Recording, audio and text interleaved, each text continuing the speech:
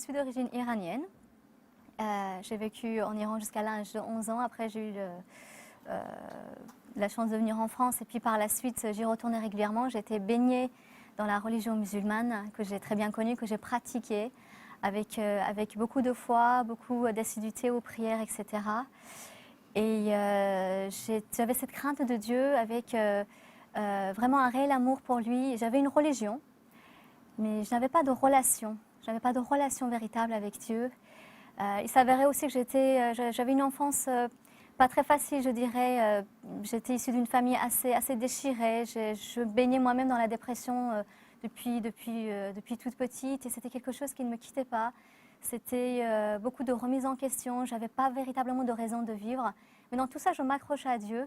Et je m'accrochais aussi à des choses sensationnelles. Je faisais des sports dangereux. Je m'accrochais à la science. J'ai fait des études de médecine. Je me fixais des objectifs pour essayer de me donner une raison de vivre. Et suite à tout cela, j'ai fait une rencontre. D'accord. Est-ce que tu peux nous en dire un petit peu plus sur le fait d'avoir quitté l'Iran et d'être venu en France? Pour quelles raisons vous avez quitté l'Iran? Alors à la base, c'est vrai que c'était pour des raisons de santé pour ma mère, en fait, qui devait subir une opération très importante cardiaque qui ne se faisait pas là-bas. Donc mes parents sont venus ici, et étant donné qu'il y avait une situation de guerre et de conflit en Iran qui n'était pas du tout facile, ils ont fait le choix de nous faire venir ici pour un meilleur avenir finalement. D'accord. Et aussi parce que je suppose les soins étaient meilleurs ou... Effectivement, donc du coup ma mère, elle a dû continuer à faire sa rééducation et tout son traitement en France, et rester plus pour sa santé aussi en France. Donc tu arrives en France, tu grandis en France, tu étudies en France, et Voilà. qu'est-ce qui se passe? Alors donc j'ai réussi à fixer les objectifs que j'avais, j'ai réussi à les tenir, j'ai réussi à faire des études de médecine. D'accord. Et Juste, tu as parlé tout à l'heure de dépression. oui. Donc la dépression, c'est quand tu arrives en France ou elle était déjà Non, présente en Iran? Depuis toute petite, Depuis en toute fait. petite. J'ai toujours eu ce mal de vivre avec des idées noires.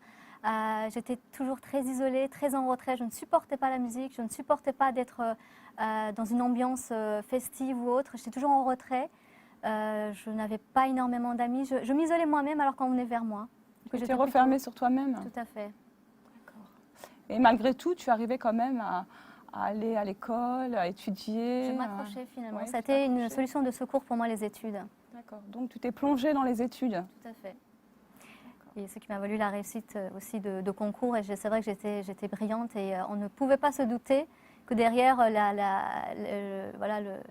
facette, il y avait cette dépression. Mes amis ne s'en rendaient pas compte. Ta famille était au courant de cette dépression? Je pense que je rentrais dans la chambre, j'avais une espèce de mal-être, d'agressivité et d'isolement que je n'arrivais pas forcément à exprimer. Et eux, ils pensaient que c'était plutôt mon caractère. Ils voyaient bien que j'étais mal dans ma peau. Ma mère s'est inquiétée à plusieurs reprises.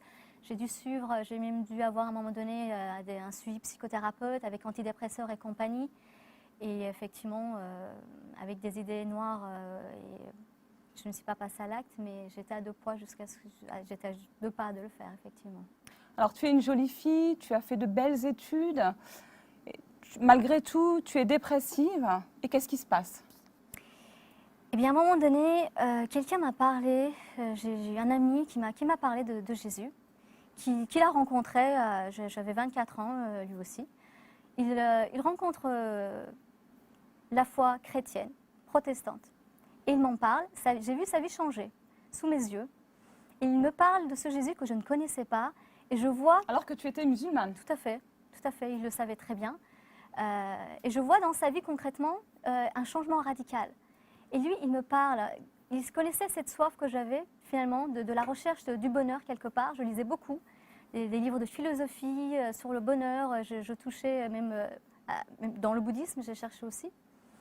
Et dans tout ça, lui, il m'a parlé parce que il ne pouvait pas s'empêcher de me partager ce qu'il vivait avec Dieu. Et ça a été pour moi une grande première parce que j'ai découvert ce que Jésus avait dit et fait, et ce que la Bible en disait à travers ce jeune homme. J'étais intriguée parce que je me suis rendu compte que je ne savais rien sur ce Jésus. Et du coup, je suis tombée dans un état d'agacement parce que je voyais bien qu'il me parlait de la Bible. Il a fallu que je lui parle du Coran.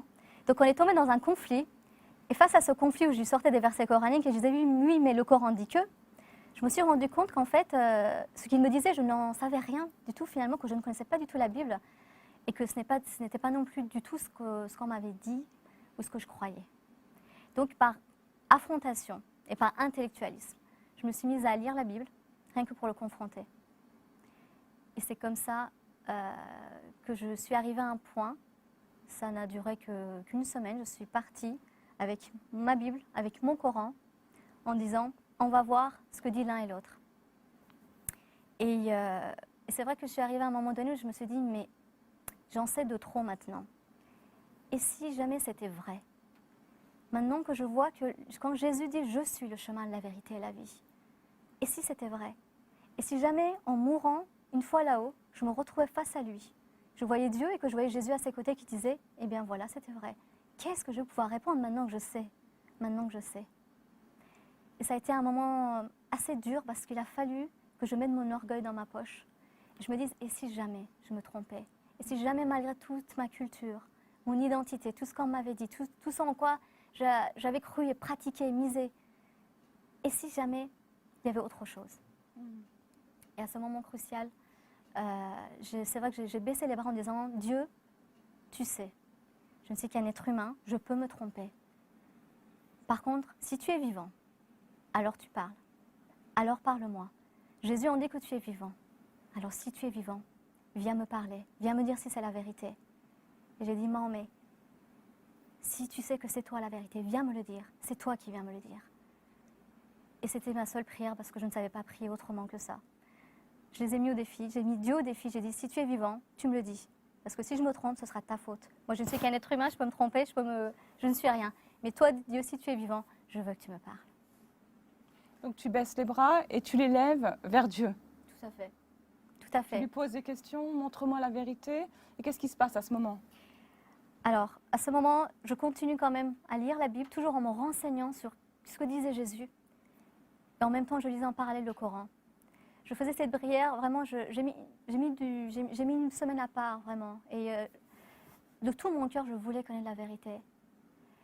Et à la fin, j'avais donné une semaine à Dieu. Je dis, voilà, une semaine. À la fin, je n'avais rien reçu de particulier. Je ferme le tout. J'étais partie, en fait, j'avais pris un appartement une semaine à part pour pouvoir vraiment méditer cela. Et le lendemain, je devais prendre l'avion et je rentrais chez moi. Et j'avais déjà baissé les bras parce que j'avais rien reçu de particulier, j'avais rien vu de particulier. Je range tout et je me dis, c'est dommage, finalement, voilà Dieu, tu vois, demain je rentre chez moi, et je veux retourner à ma vie passée et tu ne m'as pas parlé. Et c'est dommage parce que j'ai vu, en côtoyant ces chrétiens, qu'ils avaient quelque chose que je sentais comme vraiment vivant, j'aurais voulu le voir. Bon, après tout, c'est peut-être pas ça la vérité. Donc, tant pis, demain je retourne à ma vie passée. Et je commence à lire des magazines lambda, histoire de me changer les idées, parce que j'avais mis tout mon cœur, ça m'avait un peu fatiguée quand même physiquement. Et au moment où j'étais finalement détendue, déconnectée de tout ça, je sens une sensation étrange physique. Je sens mon cœur qui commence à s'emballer, à palpiter. Et à ce moment-là, j'ai cru, comme j'étais médecin, j'ai cru que j'étais en train de faire un malaise vagal. Alors je m'examine. Je m'allonge, je prends mon pouls très sagement et je me dis, ça va passer. Repose-toi, change tes idées. Tu as trop réfléchi, tu vas te rétablir. Là, ça va passer, c'est juste psychologique. Et au fur et à mesure, cette puissance a pris de l'ampleur, au point que j'ai réalisé qu'elle ne venait pas de moi, mais qu'elle venait de l'extérieur. Et là, je m'assois sur le canapé, je réalise que ce n'était pas moi, qu'il y avait une puissance qui m'englobait, et qui, dans la salle, envahissait toute la pièce. Et là, je réalise, je me dis, mais c'est Dieu. Et forcément, là, saisie de crainte, je me cache le visage dans les mains, je me dis, mais Dieu, c'est Dieu. Et là, j'étais saisie d'une crainte sainte, en me disant, mais qu'est-ce qui m'arrive, qu'est-ce qui se passe ici? Et soudain, cette puissance se transforme en amour. Un amour éternel, un amour qui n'est pas humain, un amour qui envahissait la pièce, qui était désintéressé. Un sens de sacrifice, d'un amour magnifique, indescriptible. Et en même temps, une paix, une sérénité, quelque chose de solide, de fort, de sain, de véritable. Et là, j'entends un homme qui me parle. Excusez-moi, même encore 10 ans après, j'en suis émue parce que ce n'est pas rien de rencontrer Dieu. Ce n'est pas rien de rencontrer Jésus. En cet instant, il m'englobe et il me dit, tout ce que tu as entendu est vrai. Je suis là maintenant avec toi. J'ai toujours été là avec toi et je serai toujours là avec toi. Et c'était Jésus. Je savais que c'était Jésus. En cet instant, j'étais remplie de son amour. Je suis tombée en larmes à genoux. J'ai pleuré pour toutes ces mauvaises pensées que j'avais à son égard. J'ai réalisé combien il était pur, combien il était saint, combien j'étais sale. Et en même temps que je pleurais, je riais aux éclats de joie parce que son amour m'envahissait, parce que sa joie était immense. Et c'était une sensation non seulement extraordinaire, mais qui a bouleversé ma vie parce qu'il m'a donné une raison de vivre. Moi qui ne le connaissais pas, je lui dis, mais tu as été toujours avec moi, mais je ne te connaissais pas pourtant. Et tous ces moments de difficulté, alors que tu étais avec moi, tu m'entendais. Et c'était ça, il était là. Et ma vie a pris un sens. Je savais pourquoi j'étais là. Parce que Dieu m'aimait, qu'il m'avait créé. Et où j'irais, que si je devais mourir sur le champ, aujourd'hui encore, si je traverse la rue, qu'il m'arrive un malheur, quoi que ce soit, je sais que sa main me tient. Et ça, personne ne peut me l'enlever parce qu'il est vivant. Là, 10 ans après, il a fait tant dans ma vie. Il m'a donné le pardon pour mon père, avec qui je me suis réconciliée alors qu'il y avait une rupture, qu'il nous avait abandonnés, qu'il nous avait laissé tomber. Il est venu, il m'a vu me marier. Dieu m'a donné un homme alors que j'avais la phobie du mariage. Il m'a délivré de cela. Il m'a donné des enfants merveilleux. Et j'ai connu sa joie au lieu du deuil, tout comme on l'a chanté tout à l'heure. D'accord. Tu parlais tout à l'heure de dépression. J'imagine qu'aujourd'hui, elle t'a quittée. Ah oui, ça a été la nuit et le jour. Puisque depuis, au contraire, mes amis m'ont vu dans une joie qui, même dans l'épreuve, dans les moments de difficulté, c'est moi qui suis dans la joie, qui exhorte, qui leur donne l'exemple. Et ça, c'est quelque chose qu'ils ont tous vu de leurs yeux.